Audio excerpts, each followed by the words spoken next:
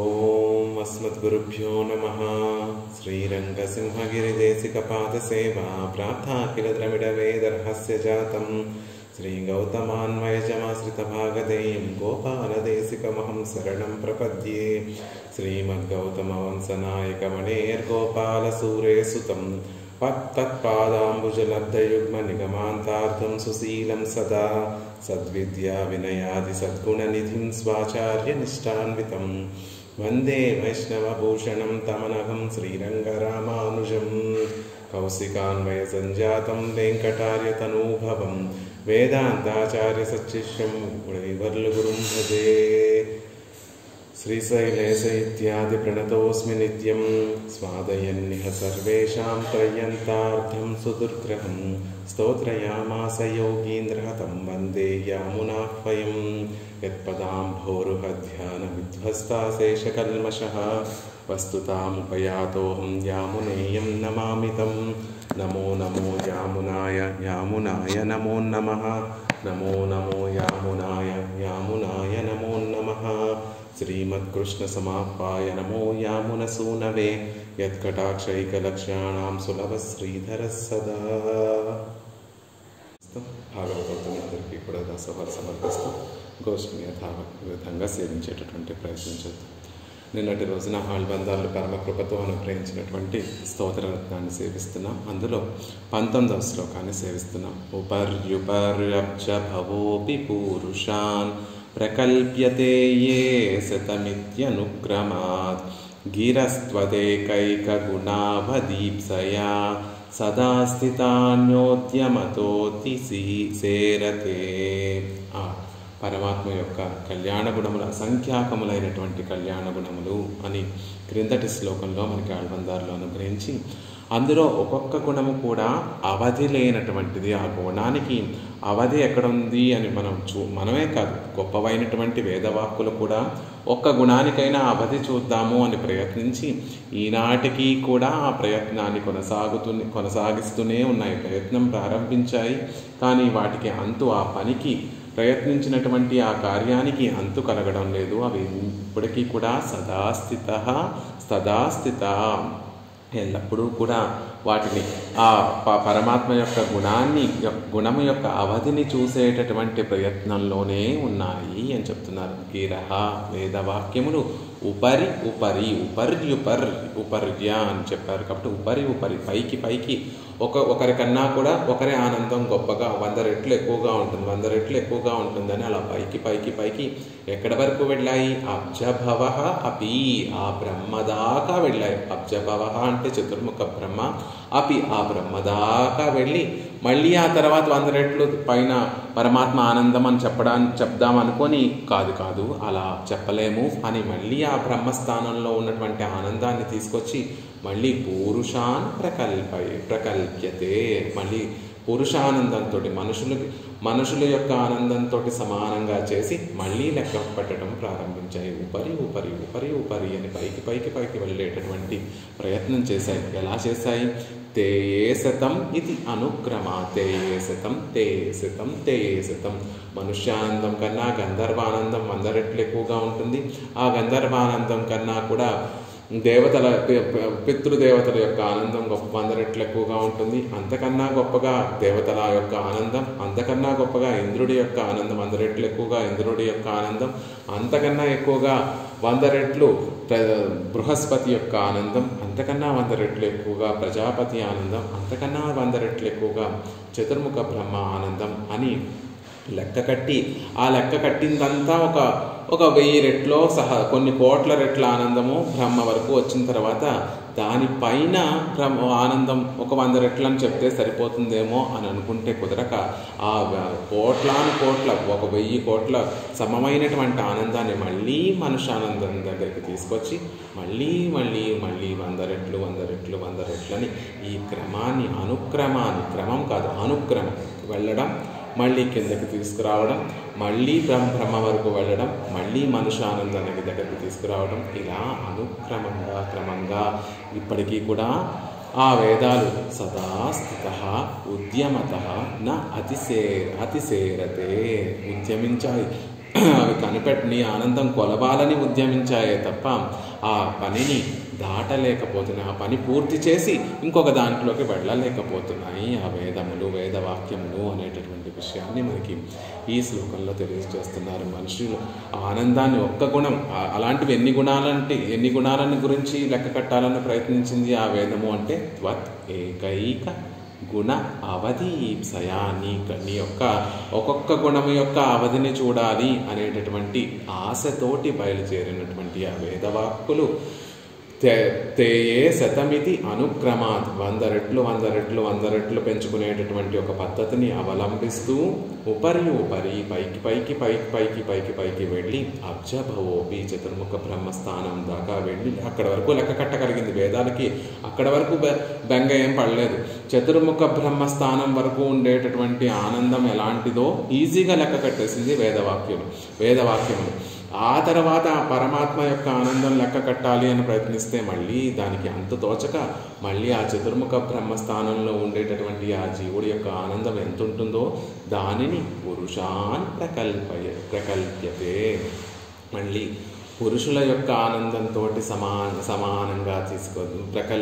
పురుషాన్ ప్రకల్ప్య, మళ్ళీ పురుషుల యొక్క ఆనందంతో సమానంగా కల్పించి మళ్ళీ 100 రెట్లు 100 రెట్లు అనేటటువంటి లెక్క కడుతూ మళ్ళీ ప్రజాపతి స్థానం వరకు వెళ్తోంది. అలా ఆ అనుక్రమము వెళ్ళడం, మళ్ళీ కిందకి రావడం, మళ్ళీ వెళ్ళడం, మళ్ళీ కిందకి రావడం అనేటటువంటిది ఇప్పటికీ కూడా జరుగుతోంది. అలాంటి ఉద్యమత అలా లెక్క కట్టాలని ప్రయత్నించింది, మొదలుపెట్టింది, ఆ కార్యాన్ని మొదలుపెట్టిందే తప్ప నా అతిశేరతే, దానిని దాటిపోలేనటువంటి శక్తి, ఆ పనిని పూర్తి చేయడం, లెక్క కట్టడం అనేటటువంటి పనిని పూర్తి చేసి ఆ అవధి ఎంత ఉంది, పరమాత్మకు ఉండేటటువంటి ఆనందం యొక్క అవధి ఎక్కడ ఉంది అని కనిపెట్టేసి దాన్ని ఇంకొక పనిలోకి వెళ్దాము అంటే దానికి శక్తి చాలక అదే క్రమంలో ఇప్పటికీ కూడా అలా చేస్తూనే లెక్క కడుతుంది. ఆ పనిని ప్రయత్నిస్తూనే ఉన్నాయి వేదవాక్యములు అని చెప్తున్నారు. పరమాత్మ యొక్క ఆనందం అనేటటువంటి ఒక్క గుణాన్నే కట్టలేకపోతే, దాని హద్దు ఎక్కడుందో తెలియకపోతే, అలాంటి హద్దు లేనటువంటి అతిశయం కలిగినటువంటి అనేక కళ్యాణ గుణములకి ఆకరము వంటివాడు, సముద్రం వంటివాడు ఆ శ్రీమన్నారాయణుడు అనేటటువంటి విషయాన్ని మనకి ఈ 2 శ్లోకాలతో మనకి తెలియజేస్తున్నారు. అబ్జభువః ఉपर्युपरि తేయే శతమిత్యనుక్రమాత్ పురుషాన్ ప్రకల్పయ తిరునాభికమలత్తిలే అవ్యవధానేన పిరందు. ఆ పరమాత్మ తన సంకల్పం చేయగానే, సృష్టి చేయాలనేటటువంటి సంకల్పం చేయగానే తన నాభీ కమలం నుండి వెంటనే స్వయంభూగా ఉద్భవించినటువంటి ఆ బ్రహ్మ, గొప్పవాడైనటువంటి ఆ చతుర్ముఖ బ్రహ్మ అవనోడే యోత్తిన, ఆయన దగ్గరే వేదాధ్యయనం చేసి, బ్రహ్మ పుట్టగానే నారాయణున్నే ఆశ్రయించి సాక్షాత్తుగా శ్రీమన్నారాయణుడి దగ్గర నుండి వేదాధ్యయనం చేసినటువంటి చతుర్ముఖనుకు మేలే అవనయం మనుష్య కోటిలే నిరుత్తు. ఆ చతుర్ముఖ బ్రహ్మని కూడా మానవ స్థానంలో, ఆయనని కూడా మనుష్య కోటిలే నిరుత్తు, మనుష్యునితో సమానంగా చేసి మళ్ళీ లెక్క కట్టడం ప్రారంభించింది అని చెప్తున్నారు. తేయే శతక్రమత్తాలే మనుష్య గంధర్వాది బ్రహ్మాంతమాగా ఆనందవధి సిద్ధ్యర్థమాగా పురుషర్గళై సంకల్పిత్తు.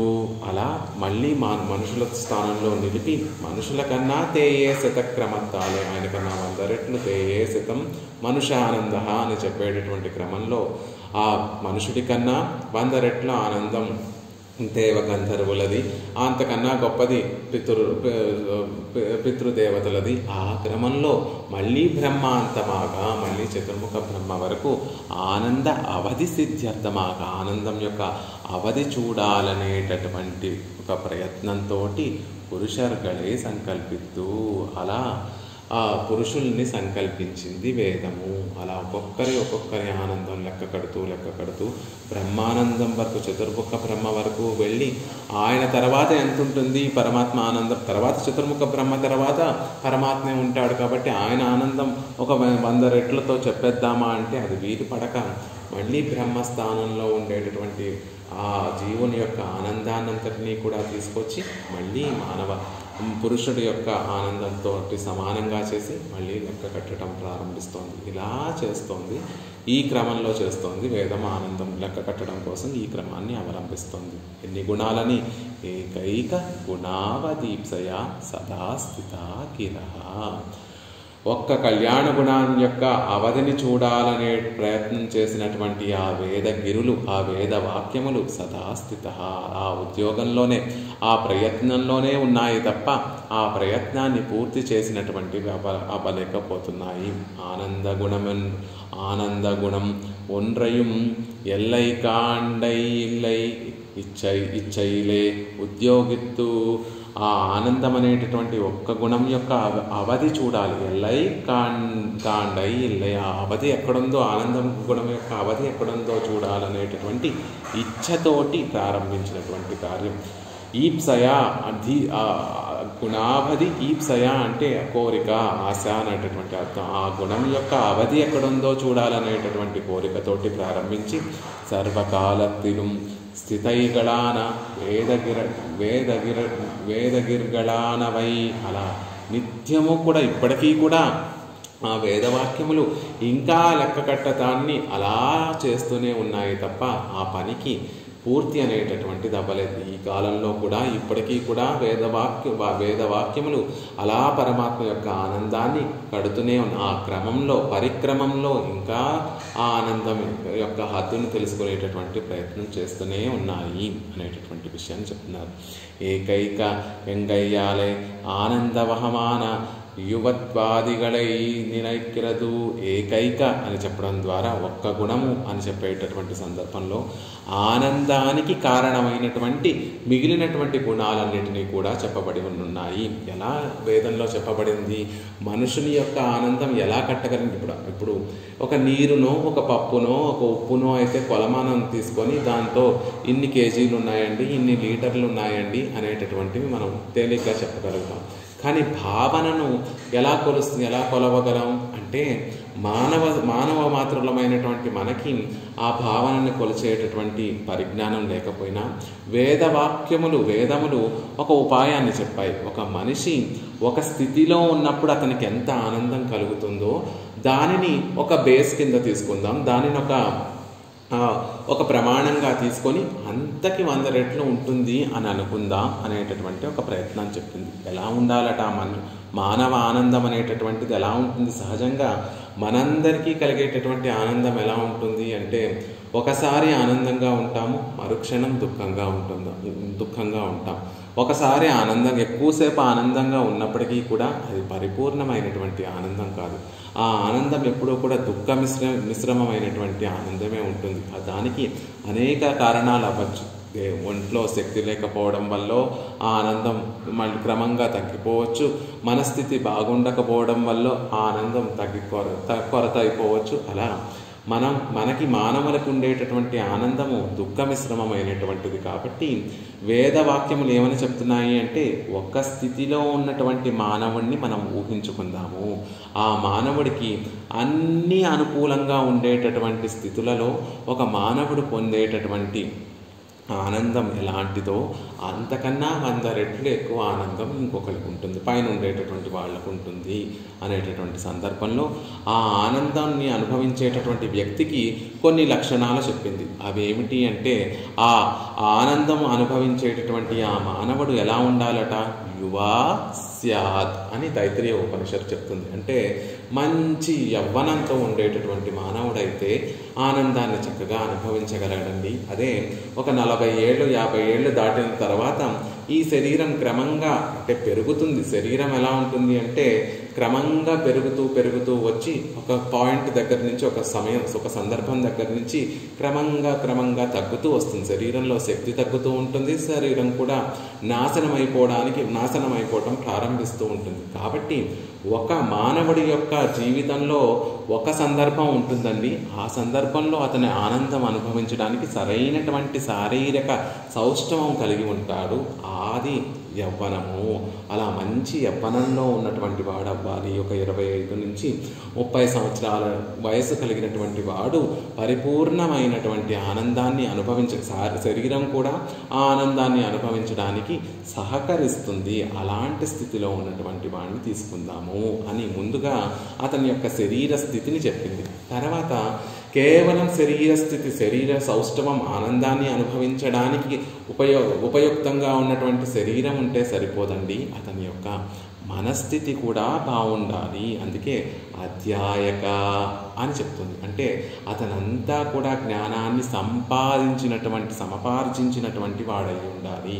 ఆనందం అనుభవించటం, ఆనందం అనేటటువంటి భావన ఎప్పుడు మనకి అది చక్కగా కలుగుతుంది అంటే ఏది ఆనందాన్ని కలిగించేది, ఏది దుఃఖాన్ని కలిగించేది అనేటటువంటి విచక్షణ జ్ఞానం కలిగి ఉంటే అది మనకి ఆనందదాయకంగా ఉంటుంది. ఇప్పుడు సహజంగా లోకంలో మనం చూస్తే ఒకరు దుఃఖపడుతూ ఉంటే మనకి ఆనందం కలుగుతోంది అనుకోండి, అది నిజమైనటువంటి ఆనందం కాదు శాస్త్ర ప్రకారం. లేకపోతే నేచర్ ప్రకారం, శాస్త్రమే అక్కర్లేదు, మన మనిషి యొక్క స్వభావాన్ని చూసి దాని ప్రకారంగా చూసినా కూడా ఒకరు దుఃఖపడుతూ ఉంటే నువ్వు ఆనందించేటటువంటి ఆనందం అది ఆనందమే కాదు. నీకు అది పైకి ఆనందంగా కనిపిస్తూ ఉన్నప్పటికీ కూడా నిజానికి అది ఆనందం కాదు. ఒకరిని సంతోషపెడుతూ నలుగురు మన చుట్టూతో ఉన్నటువంటి వారు ఆనందంగా ఉంటే నువ్వు శాస్త్రం ఏ పని చేస్తే నీకు ఆనందం కలుగుతుందో చెప్పింది శాస్త్రం. అలా ఆ పనులను చేస్తూ ఆనందాన్ని పొందితే అది కొంత శాశ్వతంగా ఉండేటటువంటి, తాత్కాలికంగా ఎంత ఈ లోకంలో ఏ ఆనందమైనా తాత్కాలికమైనటువంటి ఆనందమైనప్పటికీ కూడా అది కొంచెం ప్రొలాంగ్డ్గా, కొంచెం ఎక్కువసేపు ఆనందాన్ని అనుభవించడానికి అవకాశం ఉంటుంది. కాబట్టి శాస్త్రంలో ఏది చేస్తే నువ్వు సుఖంగా ఆనందంగా ఉంటావో అవన్నీ తెలిసినటువంటి జ్ఞానం కలిగినటువంటి వాడవి ఉండాలి. నీ మానసిక స్థితి కూడా ఏది మంచిది, ఏది చెడ్డది, ఏది ఆనందాన్ని కలగచేసేది, ఏది దుఃఖాన్ని కలగచేసేది అనేటటువంటి ఒక బుద్ధి వికసించినటువంటి బుద్ధి కలిగినటువంటి వాడు అయి ఉండాలి. అంతేకాకుండా అధ్యాయక అని చెప్తోంది. తెలిసి ఉండటమే కాదు, ఎప్పుడు మనకి బాగా తెలుస్తుంది అంటే నలుగురికి దాన్ని చెప్పగలిగేటటువంటి స్థితి నీకు ఉంటే అప్పుడు నీకు బాగా అర్థమైంది, నువ్వు చక్కగా దాన్ని అనుష్ఠించేటటువంటి వాడివయ్యావు, నీకు బాగా అర్థమైంది, నలుగురికి చెప్పగలుగుతున్నావు అంటే నీకు అది వంట పట్టింది అనేటటువంటి అర్థం. అలా వేదం కూడా వాడు యువకుడుగా ఉండాలి. వాడు శాస్త్రంలో చెప్పబడినటువంటి ఆ జ్ఞానాన్ని తాను బాగా తెలుసుకొని నలుగురికి అధ్యాపనం చేసేటటువంటి స్థితిలో ఉండాలి. అంటే బుద్ధి చక్కగా వికసించి ఏది నీకు మన సుఖాన్ని కలిగించేది, ఏది నీకు దుఃఖాన్ని కలిగించేది అనేటటువంటి విచక్షణ కలిగినటువంటి వాడై ఉండాలి. అంతేకాకుండా ఆశిష్ట శక్తి కలిగి ఉండాలి. ఏ పనినైనా అతను సంకల్పించినటువంటి ప్రతి పనిని కూడా తాను కలిగేటటువంటి శక్తి కలిగి ఉండాలి. ఆనందం ఎప్పుడు కలుగుతుంది అంటే నువ్వు ఆశించినటువంటి పనులన్నిటినీ కూడా నువ్వు నెరవేర్చుకునేటటువంటి స్థితి కలిగి ఉంటే అప్పుడు ఆనందం కలుగుతుంది. లేకపోతే నీ పక్కన శరీర సౌష్ఠవం ఉంది, చక్కగా ఏది మంచిదో ఏది చెడ్డదో తెలుసుకునేటటువంటి బుద్ధి ఉంది, కానీ నీకు శక్తి లేకపోతే, నీ కోరికలను తీర్చుకునేటటువంటి శక్తి లేకపోతే నీకు ఆనందం కలగదు. కాబట్టి నువ్వు సంకల్పించినటువంటి మంచి విషయములన్నీ కూడా నెరవేర్చుకునేటటువంటి శక్తి సామర్థ్యం కలిగి ఉండాలి. ద్రఢిష్ట వీర్యం అంటే అన్నిటినీ శాసించగలిగేటటువంటి శక్తి, అన్నిటినీ తన వశం చేసుకునేటటువంటి శక్తి కలగాలి. బలిష్ట గొప్ప బలం కలిగి ఉండాలి. అలా తస్యేయతం ఇతైశ్వర్యం త్రయుజ్యత తవ యువత్వముఖైర్గుణౌగహై అని చెప్తారు. అంటే ఏమిటి? ఇంత శక్తి ఉండి, సామర్థ్యం ఉండి, చక్కటి జ్ఞానం ఉండి, చక్కగా శరీర సౌష్ఠమము ఉండి, కానీ పరిపాలించేటటువంటి దక్షత కలిగి లేకపోతే, నీ దగ్గర ఐశ్వర్యం లేకపోతే, సంపదలు లేకపోతే ఆ ఆనందం అనేటటువంటిది నీకు పరిపూర్ణంగా ఉండదు. కాబట్టి ఈ లోకాలను ఏలేటటువంటి గొప్ప ఐశ్వర్యం కలిగినటువంటి వాడవుతాడు. అలాంటి ఒక మనిషిని లోకంలో అలాంటి వారు ఉండకపోయినా వేదము అలాంటి మానవుడు అనుభవించేటటువంటి ఆనందాన్ని మనుష్య ఆనందము అని లెక్కగట్టింది. అంటే శరీర సౌష్ఠవము ఉండాలి, జ్ఞానం కలిగినటువంటి వాడై ఉండాలి, శక్తి కలిగినటువంటి వాడై ఉండాలి, వీర్యగుణం కలిగినటువంటి వాడై ఉండాలి, బలం కలిగినటువంటి వాడై ఉండాలి, ఐశ్వర్యము కలిగినటువంటి వాడై ఉండాలి, ఈ లోకాన్నంతటినీ తన వశం చేసుకునేటటువంటి సామర్థ్యం కలిగి ఉండేటటువంటి వాడై ఉండాలి. ఇవన్నీ కూడా కుదిరితే, ఒక మానవుడి విషయంలో కుదిరితే ఆ మానవుడు ఎంతైతే ఆనందాన్ని అనుభవిస్తాడో దానిని మనుష్యానందంగా వేదము లెక్క కట్టింది. దానికన్నా 100 రెట్లు గంధర్వ ఆనందం ఉంటుంది, దానికన్నా 100 రెట్లు పితృదేవతల యొక్క ఆనందము, దానికన్నా 100 రెట్లు ఇతర దేవతల యొక్క ఆనందము, దానికన్నా 100 రెట్లు ఇంద్రుని యొక్క ఆనందము, అలాంటిదా ఇంద్రుడి కన్నా బృహస్పతి ఆనందము, బృహస్పతి కన్నా 100 రెట్లు ప్రజాపతి ఆనందము, దానికన్నా 100 రెట్లు చతుర్ముఖ బ్రహ్మ యొక్క ఆనందం, దానికన్నా 100 రెట్లు చెప్పుదామని చూస్తే కుదరలేదు. కాబట్టి మళ్ళీ బ్రహ్మ దగ్గర ఉన్నటువంటి ఆనందాన్ని అంతటినీ కూడా మనుష్య ఆనందం దగ్గర తీసుకొచ్చి మళ్ళీ 100 రెట్లు లెక్క కట్టింది.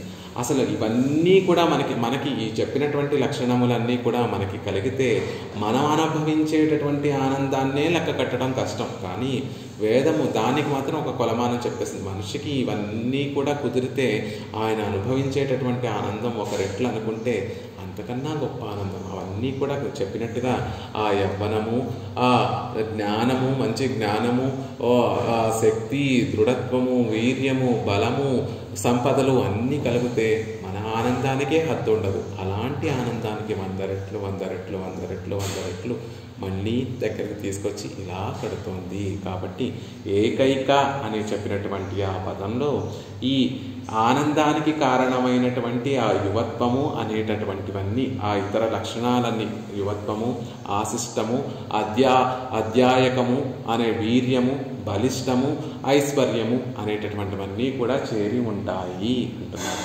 అలాంటి ఈ గుణములన్నిటితో కూడినటువంటి ఆనందాన్ని లెక్క కట్టారు. పరమాత్మకి ఇవన్నీ కూడా సమకూరిన తర్వాత ఆయన ఆనందం ఎలా ఉంటుందో లెక్క కట్టాలని ప్రయత్నించింది వేదము అంటున్నారు. సదాస్థిత వేదగిరహ ఎండ్రు నిత్యత్వ అపౌరుషత్వంగళై చొల్లిత్తావగుమాం. సదాస్థిత వేదగిరహ అని చెప్పారు. సదాస్థిత అని చెప్పడం ద్వారా అవి ఎప్పుడూ కూడా ఉండేటటువంటి, ఎప్పటి నుంచి లెక్క కట్టడం ప్రారంభించాయంటే మనకు తెలియదు. ఎప్పటి నుంచో నిత్యమైనటువంటి వేదములు కాబట్టి ఎప్పుడు వాటికి ఒక ఆరంభము అంతము అనేటటువంటివి లేదు. కాబట్టి ఎప్పటి నుంచి వేదములు ఉన్నాయో అప్పటి నుంచి ఈ ప్రయత్నం అనేటటువంటిది ప్రారంభించింది. ఒక్క ఆనందం అనేటటువంటి గుణాన్ని అప్పటి నుంచి వేదవాక్కులు అనేటటువంటివి ప్రారంభించాయి. ఇప్పటికీ సాగుతూనే ఉంది. ఇక మీద కూడా ఆ లెక్క కట్టడం అనేటటువంటిది సాగుతూ ఉంటుంది. మనం ఊహిస్తే మన అజ్ఞానం వల్ల మన అజంప్షన్స్లో మనం కొన్ని అజంప్షన్స్ చేసుకుంటే ఆ అజంప్షన్స్లో తప్పు అజంప్షన్స్ ఉంటాయి, రైట్ అజంప్షన్స్ ఉంటాయి. కానీ వేదము అపౌరుషేయము, ఒక పురుషుని చేత చెప్పబడినటువంటిది కాదు. కాబట్టి దానికి భ్రమ కానీ విప్రలంబము అనేటటువంటి దోషములు, అజ్ఞానంతో వచ్చేటటువంటి దోషములే, మనలాగా అజ్ఞానంతో వచ్చేటటువంటి దోషములేవి కూడా ఆ వేదవాక్కులకి ఉండదు. కాబట్టి అది సదాస్థిత అనేటటువంటి పదాల ప్రయోగంతో దాని యొక్క అపౌరుషత్వమును తెలియజేస్తున్నారు. అంటే అది చేసేటటువంటి ఆలోచనలో ఇలా మనిషికి అవన్నీ సమకూరితే మనిషి అనుభవించేటటువంటి ఆనందము ఒక స్థానమండి అని చెప్పినటువంటి ఈ క్రమం ఏదైతే ఉందో అది నిర్దోషమైనది, దోషం ఎటువంటి లేకుండా కరెక్ట్ అయినటువంటి మార్గము అంటున్నారు. అది సదాస్థిత గిరహ అనేటువంటి మాటతో చెప్తున్నారు. వేదాక్షర రాశి అన్నాదే గిరహ ఎంగిరదు వేద శబ్దేభ్య ఏ వాదౌ ఎంగిర పడియాలే లౌకిక శబ్దంగళం వైదిక శబ్దంగళాగయ్యాలే సొల్లుగిరదు. వేద గిరహ అని చెప్పకుండా కేవలం గిరహ అనేటటువంటి మాటను ఇక్కడ ప్రయోగించారు. ఎందుకండి యామనాచార్యులు వారు అంటే ఈ లోకంలో ఉన్నటువంటి శబ్దరాశి అంతా కూడా ఆ వేదము నుండే వచ్చింది. వేద శబ్దేభ్య ఏవాదో దేవాదీనం చకార సహా. ఆ పరమాత్మ ప్రారంభంలో వేదరాశి నుండే దేవతల యొక్క భాషను మానవులు పలికేటటువంటి శబ్దరాశిని అంతటినీ కూడా నిర్మించాడు అని విష్ణు పురాణంలో చేయబడింది. కాబట్టి ఆ దేవతల యొక్క శబ్దరాశి, ఈ మానవుల యొక్క శబ్దరాశి, లోకంలో జగత్తులో ఉన్నటువంటి ఆ శబ్దరాశి అంతా కూడా ఆ వేదము నుండే వచ్చింది. ఆ లోకంలో ఉన్నటువంటి ఆ వాక్కులన్నీ కూడా ఆ వాక్కులకన్నిటికీ కూడా మూల కారణం వేదరాశి. కాబట్టి గిరహ అంటే దానికి మూలం, ఒక విషయానికి లోపల మూలంగా ఉండేటటువంటి విషయాన్ని తీసుకోవాలి. కాబట్టి ఇక్కడ గిరహ అంటే మామూలు వాక్కులు కాదండి, వేద వాక్కులు. అది కూడా సదాస్థితా గిరహ అని చెప్పడం ద్వారా అవి నిత్యంగా అపౌరుషయంగా ఉండేటటువంటి వేదవాక్కులు అని చెప్తున్నారు. అவை ఆనంద గుణంగళై ఎల్లై కండాడవు ఎన్నిల్.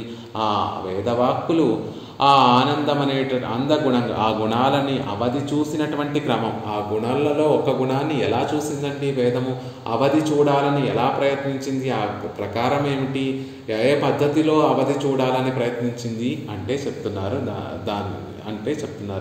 నోద్యమతోతి సేరతే, ప్రయత్నం చేసింది. నోద్యమతోతి సేరతే ఉద్యోగ దశయాన ఈ తొషియ మేల్కాల్ వాంగిత్తు అనవిల్లై. ప్రయత్నమైతే ప్రారంభించింది కానీ అందులోంచి కాలు వెనక్కి తీయలేకపోతుంది, కాలు ముందుకు వేయలేకపోతుంది అని చెప్తున్నారు. అంటే ప్రయత్నించిందే తప్ప దానిని పూర్తి చేసి ముందుకు వెళ్ళలేకపోతుంది. అలా వేదగిరులు ఇప్పటికీ కూడా పరమాత్మ యొక్క కళ్యాణ గుణాలన్నిటినీ కూడా ఈ విధంగానే ఇంకా ప్రయత్నిస్తున్నాయి. ఏ విధంగా లెక్క కట్టాలని ప్రయత్నించాయి అంటే తేయే శతమితి అనుక్రమాత్, 100 రెట్లు 100 రెట్లు 100 రెట్లు 100 రెట్లు 100 రెట్లు అని ఆ క్రమంలో పైకి వెళ్ళి మళ్ళీ కిందకి వచ్చి, మళ్ళీ పైకి వెళ్ళి మళ్ళీ కిందకి వచ్చి, అలా ఉద్యమతో నా అతిశేరతే. ఇప్పటికీ కూడా ఉద్యోగం ప్రయత్నిస్తూనే ఉన్నాయి తప్ప దానిని పూర్తి చేసేటటువంటి సామర్థ్యం కలిగి ఉన్నటువంటివి అయి ఉండలేదు. ఇంకా ఇంకా ఇంకా ప్రతిసారి ప్రయత్నం చేస్తుంది. ఇంకా ఇప్పటికీ కూడా పరమాత్మ యొక్క ఆనందం యొక్క హద్దు తెలుసుకోవాలనేటటువంటి ప్రయత్నమే చేస్తున్నాయి. సైషానందస్య మీమాంసా భవతి ఇత్యారభ్య స ఏకో బ్రహ్మానందః ఇది తైత్రీయ ఉపనిషత్తులో ఇదంతా కూడా చెప్పబడింది. ఉపనిషత్తులో వేదములు ఎలా ఆ పరమాత్మ యొక్క ఆనందాన్ని లెక్క కట్టాలని ప్రయత్నించాయో అదంతా కూడా తైత్రీయ ఉపనిషత్తు అనేటటువంటి ఉపనిషత్తు చెప్తుంది. ఆ బ్రహ్మలో ఉండేటటువంటి పరబ్రహ్మ యొక్క ఆనందం అనేటటువంటి గుణం గురించి మీమాంసా భవతి విచారం చేయాలని ఆరంభించి చివరికి స ఏకో బ్రహ్మానంద, పరబ్రహ్మ యొక్క ఆనందము అప్రాప్య మనసా సహా, వాక్కులతోనే కాదు మనసుతో కూడా మేము చెప్పలేము అని వేదములు చెప్పి ఈనాటికి అవి ప్రయత్నిస్తూనే ఉన్నాయి కదా. అలా చెప్పేటటువంటి సందర్భంలో మనం చెప్పుకున్నట్టుగా యువాస్యాత్ స్వరూప గుణంగళుకు ఉపలక్షణమాదల్ యువత్పత్తాల్ మంద తేజస్సై చల్లుదాదల్. ఆ వాక్యములు ఉపనిషత్తుల్లో ఉన్నటువంటి వాక్యముల్లో ఆ ఆనందాన్ని అనుభవించేటటువంటి వాడు మంచి యవ్వనంలో ఉండాలి అనేటటువంటి విషయాన్ని చెప్పినటువంటి సందర్భంలో ఆ యవ్వనము అనేటటువంటి పదము ఉపనిషత్తుల్లో ప్రయోగించినటువంటి పదము పరమాత్మ విషయంలో ఎలా అన్వయింపబడుతుంది అంటే స్వరూప గుణాలకు అన్వయంగా ఉపలక్షణంగా చెప్పబడింది. ఆయన స్వరూపంలో ఉన్నటువంటి గుణాలన్నిటికీ కూడా యువస్యాత్ అనేటటువంటి పదప్రయోగంతో అన్వయింపబడింది. అంతేకాకుండా యువత్తాల్ వంద తేజస్సు, పరమాత్మ గొప్ప తేజస్సుతో వెలిగిపోతూ ఉంటాడు కాబట్టి ఆ యవ్వనంతో వచ్చినటువంటి ఆ తేజస్సు గురించి చెప్పబడింది. అధ్యాయక ఇది జ్ఞానం, అధ్యాయక అనేటటువంటి పదాన్ని అక్కడ ప్రయోగించింది. అంటే ఆయనలో ఉన్నటువంటి జ్ఞానం గురించి చెప్పింది. అశిష్ట ఇది శక్తి, ఆయనలో ఉన్నటువంటి శక్తి గురించి చెప్పింది. ద్రడిష్ట ఇది వీర్యం, దృఢమైనటువంటి వాడు అని చెప్పడం వల్ల వీర్యము అన్నిటినీ తాను ధరించి ఉండేటటువంటి లక్షణం గురించి చెప్పింది. బలిష్ట ఇది బలం, అన్నిటినీ తన సంకల్ప మాత్రంతో సృష్టించి ఎటువంటి ఎటువంటి అలసట లేనటువంటి ఆ శక్తి గురించి బలిష్ట అనేటటువంటి విషయంతో చెప్పింది. తస్యేయతమితం ఐశ్వర్యం కై విభూతి అంతా కూడా ఆ పరమాత్మ యొక్క ఐశ్వర్యము అనేటటువంటి విషయాన్ని తస్యేయతామితే ఐశ్వర్యం అనేటటువంటి విషయం చెప్పింది. ఈ లక్షణములన్నీ కూడా అన్నీ ఇప్పుడు లెక్క కట్టినటువంటి వారందరికీ కూడా వారి వారి పరిధిలో ఉండేటటువంటి విషయంలో అవి అన్వయిస్తూ ఉంటాయి. మనుషులకి ఈ లక్షణములన్నీ కూడా కలిసి రావాలి. అన్నిటినీ కూర్చి అన్నీ కుదిరితే ఆ మనిషి ఎంత ఆనందాన్ని అనుభవిస్తాడో అంత ఆనందాన్ని ఒక శాతంగా చెప్పింది. ఆ తర్వాత పైన ఉండేటటువంటి గంధర్వుడి యొక్క విషయంలో కూడా ఇవన్నీ అతను మంచి యవ్వనంలో ఉండాలి, అతను గొప్ప జ్ఞానం కలిగినటువంటి వాడై ఉండాలి, అతను గొప్ప శక్తి కలిగినటువంటి వాడై ఉండాలి, అతను దృఢిష్ఠుడై ఉండాలి, అతను బలిష్ఠుడై ఉండాలి, అతనికి గొప్ప ఐశ్వర్యం ఉండాలి. ఇవన్నీ కూడా గంధర్వుడికి కూడా కుదిరితే అప్పుడు ఆయన అనుభవించేటటువంటి ఆనందాన్ని మనిషి ఆనందం కన్నా 100 రెట్లు. ఇలా ఈ గుణములన్నీ కూడా ఒక్కొక్కరికి చెప్తూ వెళ్తే పరమాత్మ దగ్గరికి వెళ్ళేసరికి ఆయన తేజస్సు లెక్క కట్టలేము, ఆయన జ్ఞానము లెక్క కట్టలేము, ఆయన శక్తి లెక్క కట్టలేము, ఆయన వీర్యము లెక్క కట్టలేము, ఆయన బలము లెక్క కట్టలేము, ఆయన ఐశ్వర్యము లెక్క కట్టలేము, ఆయన ఆనందము కూడా లెక్క కట్టలేము. అలా వేటిని ఒక్క ఆనందం అనేటటువంటి గుణాన్ని లెక్క కట్టలేక ఇప్పటికీ కూడా ఉద్యమతః నాతిసేరతే, ఉద్యమించే ఉంది తప్ప దానిని పూర్తి చేసి ముందుకు వెళ్ళలేకపోతున్నాయి వేదగిరులు. ఎలాంటి వేదగిరులు? సదాస్థిత వేదగిరః, నిత్యము అపౌరుషేయంగా నిత్యము ఉండేటటువంటి ఆ వేదవాక్కులు పరమాత్మ యొక్క ఆనందాన్ని లెక్క కట్టడం, ఆనందానికి అవధి చూడటం అనేటటువంటి కార్యక్రమాన్ని పనిని పూర్తి చేసి ముందుకు వెళ్ళలేకపోతున్నాయి. ఇంకా ఇప్పటికీ కూడా ఆ ఆనందాన్ని లెక్క కట్టుతూ వస్తున్నాయి అనేటటువంటి విషయాన్ని చెప్తున్నారు. ఈ విషయాన్నే వైకుంఠ స్తవంలో కూరత్తాళ్వాన్ కూడా త్రయీ ఉద్యత తవ యువత్వ ముఖైర్గుణౌఘై అనేటటువంటి ఒక చక్కటి శ్లోకంలో త్రయీ 3 వేదవాక్యములు ఉద్యత ఉద్యమించాయి, తవ యువత్వముఖైర్గుణౌఘై నీ యొక్క యవ్వనత్వము అనేటటువంటి మొదలైనటువంటి గుణములన్నిటినీ కూడా లెక్క కట్టాలని ప్రయత్నించి ఇప్పటికీ కూడా అది ప్రయత్నాన్ని చెప్తూనే ఉన్నాయి. లెక్క కట్టలేక వాక్కులతోనే కాదండి, మనసుతో కూడా నేను లెక్కించలేను అని అనంతావైహి వేదాః, నిత్యముగా ఉండేటటువంటి వేదములు, అనంతమైనటువంటి వేదములు, అపౌరుషేయములైనటువంటి ఆ వేదవాక్యములు, ఈ గుణములన్నీ కూడా మేము వాక్కులతోనే కాదు మనసుతో కూడా ఇంతటిది అని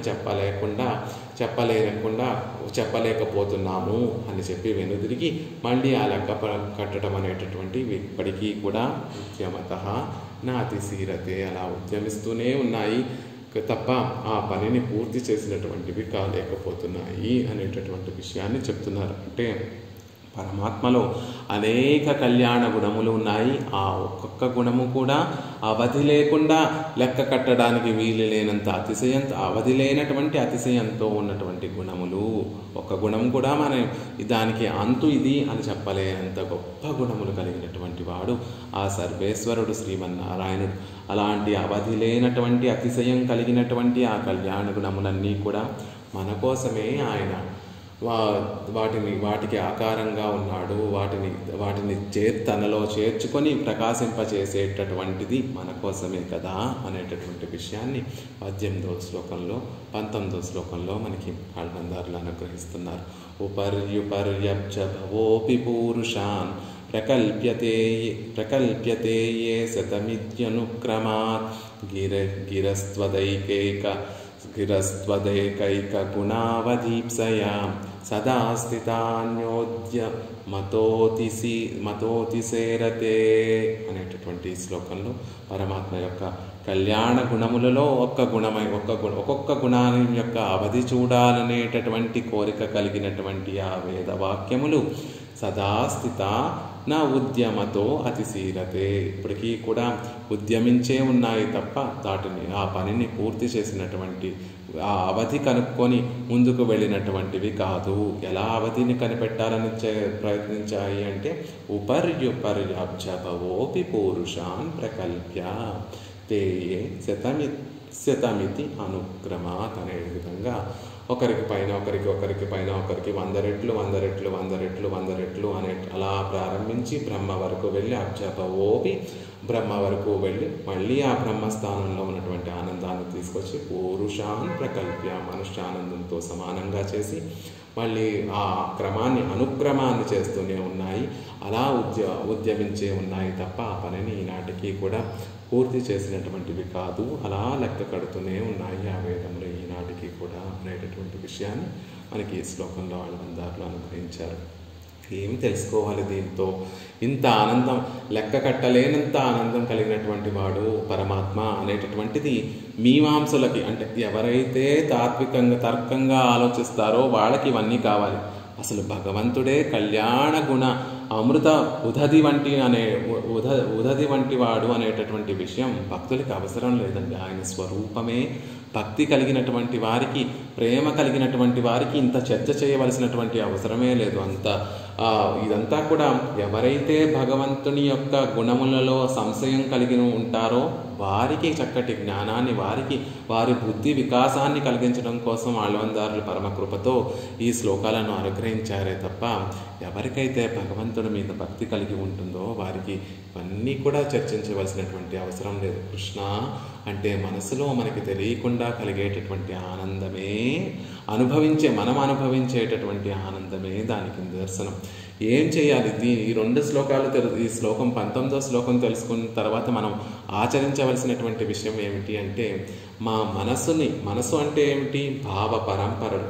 ఆ భావ పరంపరలన్నీ కూడా భగవంతుని విషయంలో నువ్వు ఉంచుకుంటే, ఆ సర్వేశ్వరుడు శ్రీమన్నారాయణుని యొక్క విషయంలో నువ్వు ఉంచుకుంటే అర్థులేనటువంటి ఆనందమయుడు ఆయన. కాబట్టి నీ భావములన్నీ కూడా ఆయనతో నింపేసుకుంటే నీకు కూడా అవధి లేనటువంటి ఆనందం కలుగుతుంది. రోజు లేచిన దగ్గర నుంచి పడుకునే వరకు మనం ఎన్నో భావనలు చేస్తూ ఉంటాం మనసు అనేటటువంటి పేరుతోటి.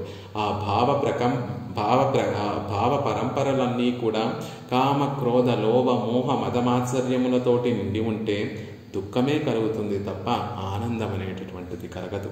కానీ ఎవరి విషయంలో హద్దులేనటువంటి ఆనందాన్ని ఎవరు కలిగి ఉన్నారో, ఆ హద్దులేనటువంటి అతిశయించినటువంటి ఆనందం ఎవరు కలిగి ఉన్నాడో ఆయనని నీ భావ పరంపరలో నిత్యము కూడా నువ్వు ఉంచుకోగలిగితే నీ చుట్టూతా ఉన్నటువంటి వారు నిన్నేదో అన్నారనో, నీ చుట్టూతా ఉన్నటువంటి వారు నీకు ఆనందాన్ని కలిగించడం లేదనో, లేకపోతే నీ పరిస్థితులు దుఃఖంతో నిండి ఉన్నాయనో, లేకపోతే నువ్వు ఇతరులను చూసి అసూయపడి నీ ఆనందాన్ని నువ్వు కోల్పోతున్నావనో, ఈ విషయములు ఏవి కూడా నీకు ఎప్పుడు గుర్తొస్తాయి? మనకు ఎప్పుడు గుర్తొస్తాయి అంటే, మన మనసుని ఎప్పుడూ కూడా ఈ అరిషడ్ వర్గములతో నిండి ఉన్నటువంటి భావ పరంపరలతో మన మనసుని నింపుకుంటే దుఃఖమే మిగులుతుంది.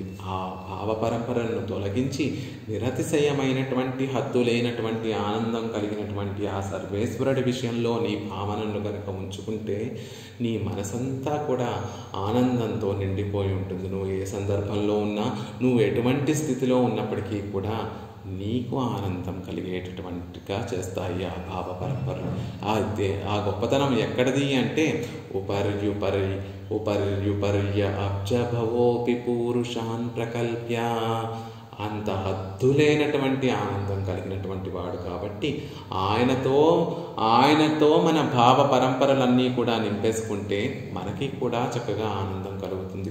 చూడండి, అగ్ని ఉంది. అగ్ని దగ్గరికి వెళ్ళి తెలిసినా తెలియకపోయినా అగ్నిని ముట్టుకుంటే తనతో చేరినటువంటి ఆ వస్తువుని ఎలా అయితే దహించి వేస్తుందో, అలా మన మనసుని తెలుసో తెలియకో మన మనసంతా కూడా ఆనందమయుడైనటువంటి హద్దులైనటువంటి ఆనందం గుణం కలిగినటువంటి ఆ శ్రీహరి గురించి మన మనసంతా నింపేసుకుంటే మనకి కూడా ఆ ఆనందం కలుగుతుంది కదా అనేటటువంటి విషయాన్ని మనం తెలుసుకొని, అంత గొప్ప ఆనందమయుడైనటువంటి ఆ స్వామిని మనం ఎప్పుడూ కూడా మన మనసులో నింపుకోవాలి అనేటటువంటి విషయాన్ని తెలియజేస్తున్నారు. ఉమ్మగారు వినిపిస్తోందండి, అన్మ్యూట్లో లేను. ఒకసారి మీరు మళ్ళీ లాగిన్ అవ్వాలనుకుంటా చూడండి. అలాంటి మనసులో మన మనసంతా కూడా పరమాత్మతో నింపుకోవాలి. ఎందుకు అందరూ కూడా హృదయంలో పరమాత్మని ఉంచుకోవాలి, హృదయంతో పరమాత్మని చూడాలి అంటారు. ఎందుకు అంటే ఈ ఆనందమయుడైనటువంటి ఆ సర్వేశ్వరుడితోటి ఉండేటటువంటి ఆ చేరిక వల్ల మన జీవితం కూడా ఆనందమయమవుతుంది. కాబట్టి ఇప్పుడు చూడండి, ఒక పచ్చకర్పూరం ఉంది. ఆ పచ్చకర్పూరాన్ని తీసుకొచ్చి ఒక గుడ్డలో దాన్ని ఒక మూట కట్టి కొన్ని రోజుల పక్క నుంచి కొన్ని రోజుల తర్వాత మళ్ళీ ఆ మూడి విప్పి ఆ పచ్చకర్పూరాన్ని తీసి ఒక డబ్బాలో వేసామనుకోండి, ఆ వస్త్రం ఎలా అయితే ఆ పచ్చకర్పూరం యొక్క స్పర్శతోటి ఆ వస్త్రం ఎలా అయితే ఇంకా పరిమళిస్తూనే ఉంటుందో, అలా మన మనసంతా కూడా నిత్యము నిత్యము నిత్యము నిత్యము పరమాత్మని మనసులో నింపుకుంటే మన జీవితం కూడా ఆనందమయమవుతుంది. ఆయనతో కలిగేటటువంటి ఆ సంశ్లేషమే ఆనందాన్ని కలిగిస్తుంది. అది ఒక్క రోజులో మనసుని నింపేసుకుంటే వస్తుందా అంటే రాదు. మెల్లిమెల్లిగా మనసుని పరమాత్మ అధీనం పరమాత్మతోటి మమేకంగా ఉండేటటువంటి స్థితిని మెల్లిమెల్లిగా మనం అలవర్చుకోవాలి. రోజు తిరువారాధన చేసేటప్పుడు, సమర్పించేటప్పుడు, లేకపోతే ఇలా ఇక్కడ ఈ గోష్ఠిలో కూర్చున్నప్పుడు కళ్ళు మూసుకుంటే మనకి వింటున్నంతసేపు మనసులో భగవంతుని యొక్క విషయాలు మనకి గుర్తొస్తాయే తప్ప, ఆ తర్వాత మనం మన రొటీన్లో పడిపోయిన తర్వాత కళ్ళు మూసుకున్నా భగవంతుని యొక్క రూపం కనపడదు. మనసులో ధ్యానించాలన్నా కూడా భగవంతుని యొక్క గుణములు గుర్తుకు రావు, ఆయన యొక్క రూపము గుర్తుకు రాదు, ఆయన యొక్క వైభవము గుర్తురాదు. అలా కాకుండా ఏ పని చేసినా ఎక్కడ ఉన్నా కూడా ఆయనని స్మరిస్తూ ఉండేటటువంటి ఒక అలవాటును మనం చేసుకోవాలి. ఆయనని మనసులో నింపుకునేటటువంటి అలవాటు కనుక మెల్లిమెల్లిగా అలవాటు చేస్తే మనసుకి భావ పరంపరలన్నీ కూడా మనకి అలవాటుగా ఎప్పటి నుంచో వచ్చేటటువంటి అలవాటుగా వచ్చేటటువంటి తరంగములు. కాబట్టి అలా భావ పరంపరలో కృష్ణుణ్ణి గనక రాముణ్ణి గనక మనం భావ పరంపరలో ఉంచుకోగలిగితే మన మనసు కూడా ఆనందంగా ఉంటుంది. మన జీవితం కూడా ఆయనకి అంకితం చేసి ఆయన సేవలో, ఆయన నామస్మరణలో మనం కూడా తరిస్తాము. తద్వారా మనం కూడా ఉపర్యుపర్య అబ్జభవోపి పూరుషాన్ ప్రకల్ప్య అని చెప్పినట్టుగా అంత గొప్ప ఆనందంలో ఒక లవలేశమైనటువంటి ఆనందాన్ని మనం అనుభవించినా కూడా మన జీవితాలు ధన్యమవుతాయి. అలా మనసులో ఆనందమయుడైనటువంటి ఆ హరిని ఉంచుకుంటే మన మనసులో మన జీవితం కూడా ఆనందమయమవుతుంది అనేటటువంటి విషయం. నిజంగా పరమాత్మకి ఇంత ఆనందం ఉందా, ఇన్ని రెట్లు కొలవాలా అనేటటువంటి సంశయములే అక్కర్లేదు. ఆయన ఆనందమయుడు, ఆయనని ఆనందం హద్దులేనటువంటి ఆనందం. ఆయన ఎవరిని చేరితే వారిని కూడా ఆనందమయంగా చేసేటటువంటి స్వభావం కలిగినటువంటి వాడు అనేటటువంటి విషయాన్ని మనం గుర్తుంచుకొని ఈ విషయాన్ని మనకు అనుగ్రహించినటువంటి ఆనందారులకి దాసోహాలు సమర్పించుకుంటూ ఉపర్యుపర్యబ్జభవోపి పూరుషాన్ ప్రకల్ప్య తే ఏ శతమిత్యనుక్రమాత్ గిరస్త్వదేకైకగుణావదీప్సయ సదా స్థితానోద్యమతోతి సేరతే. శ్రీమతే రమ్యజా మాతృమునీంద్రాయ మహాత్మనే శ్రీరంగవాసినే భూయాత్ నిత్యశ్రీ నిత్యమంగళం. సఠారేటిరాత్ ప్రోక్తత్రయంతార్థప్రదాయనే అస్మదాచార్యవర్యాయ గోపాలార్యాయ మంగళం.